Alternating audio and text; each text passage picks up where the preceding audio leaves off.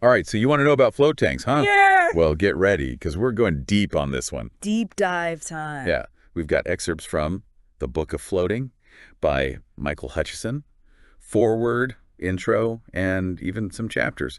Pretty much the whole thing, actually. Sounds like we're in for a float load of info. Huh. Pun intended.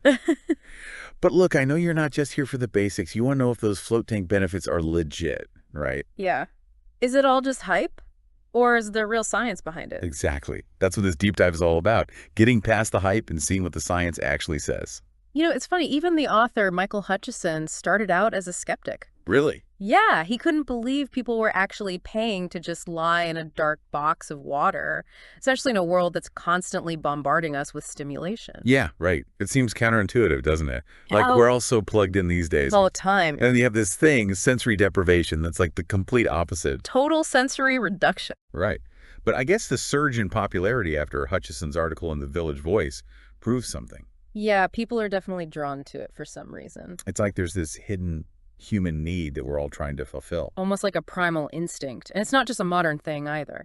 Right. How so? Think about when you were a kid. Did you ever play any games where you closed your eyes, to try and heighten your other senses? Oh, yeah, totally. I- It's like that blind pirate, Blind Pew from Treasure Island.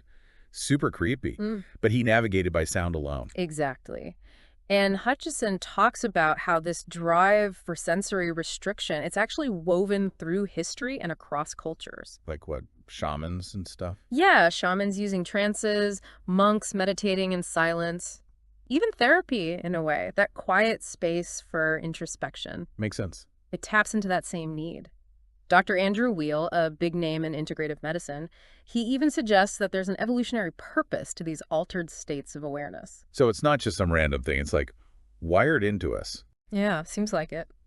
And speaking of altered states, we can't talk about floating without mentioning the guy who brought us the modern float tank. Oh, you mean Dr. John Lilly, right? The dolphin whisperer himself. I remember reading about his work.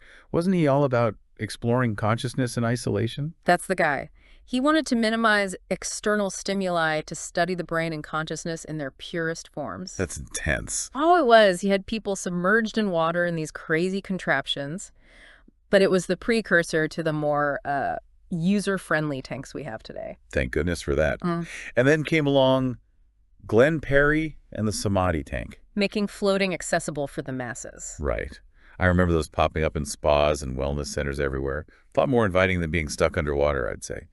But, I'm curious, did that movie, Altered States, have anything to do with the public perception of float tanks? Oh, absolutely. That movie with